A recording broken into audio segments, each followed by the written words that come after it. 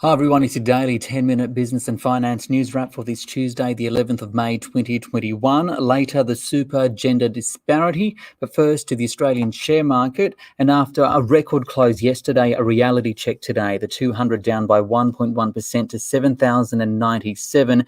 It was brought down by the technology sector, and that's because of inflation fears, one by record government stimulus.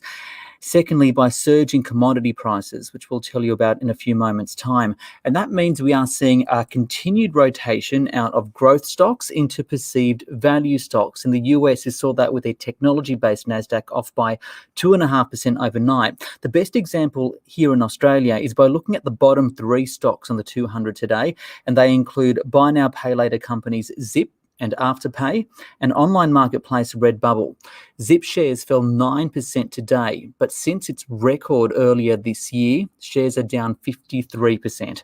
Afterpay down 8.7% today, shares are down 44% so far this year, and Redbubble down 8.2% today, but shares from its record high down 51%. So the losses, though, they were across the board today. BHP down 0.7%, Rio down 1.7%. They did hit a record high yesterday, and the banks were broadly weaker, despite some of the banks trading ex-dividend. So for more, I spoke earlier with Martin Lakos from Macquarie Private Bank. Martin, the market's down today. Why? Yeah, we pretty much for most of our trading day, we're down a touch over 1%. And largely we saw a sell-off in the US tech sector, down over 2%. And that follow-through also came through in the Asian markets, with Hong Kong and the Japanese market also down about 2%. And it's largely around some concerns around inflation. There's absolutely no doubt that commodity prices are rising and we are seeing some shortages taking place.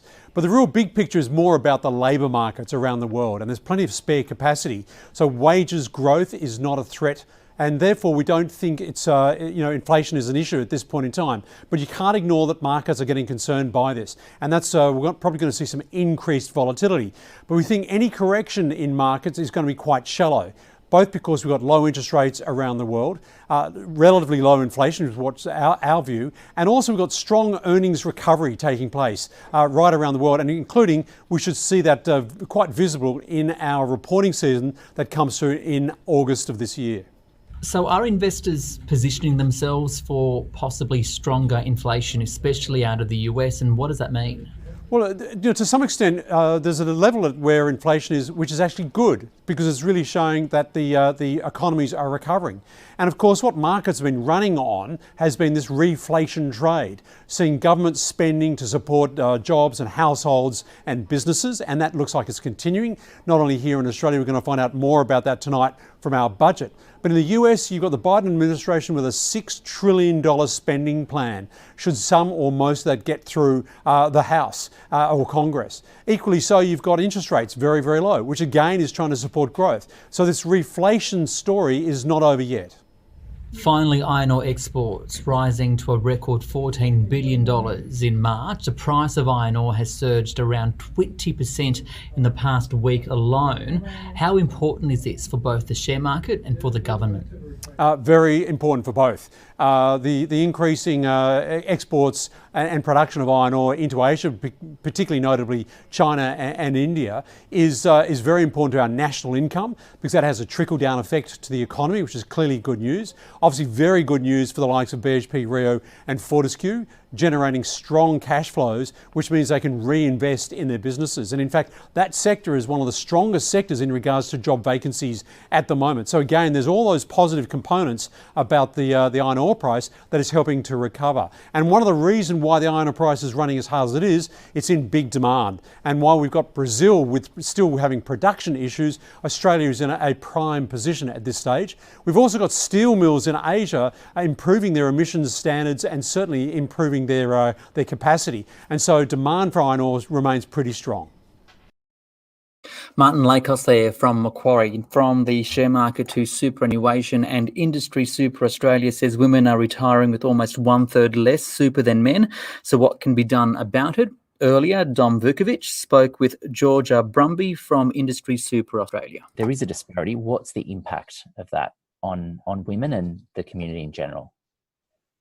Yeah, so our analysis shows that women around the country are retiring with about $60,000 less in their super account compared to men. So on average, that's about a third less that they have in their accounts. So this is pretty shocking, and it has a real impact on the quality of their life in retirement. So we're talking about the difference between a nice retirement of, trips to see the grandchildren, the occasional dinner out, compared to one of literally living week by week, struggling to get by on the pension. This is a really dire reality that some women are facing. And tell us give us a bit of background as to why this problem has arisen. Why is there such a disparity?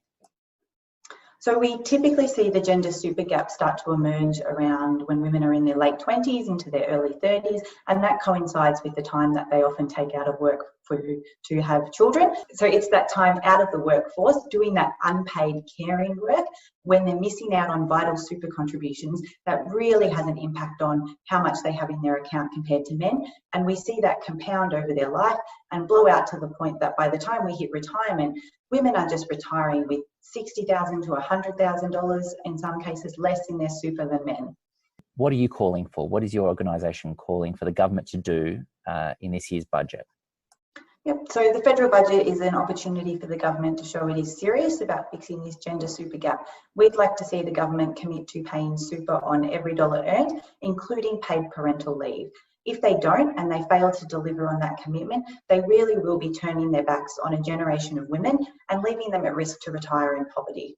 Paying super on paid parental leave is a really good start, as well as abolishing an outdated threshold that means women don't receive contributions on their work unless they earn a certain amount. So absolutely, this would be a really good start from the government and show that they're more than just talk, that they're willing to actually put their money where their mouth is and stand up for women and the quality of their retirements. But absolutely, there is more to be done. The root of this as well goes to issues such as workplace participation, the gender pay gap, and I think the government really has its work cut out for them to fix some of these issues. Georgia Brumby there from Industry Super Australia.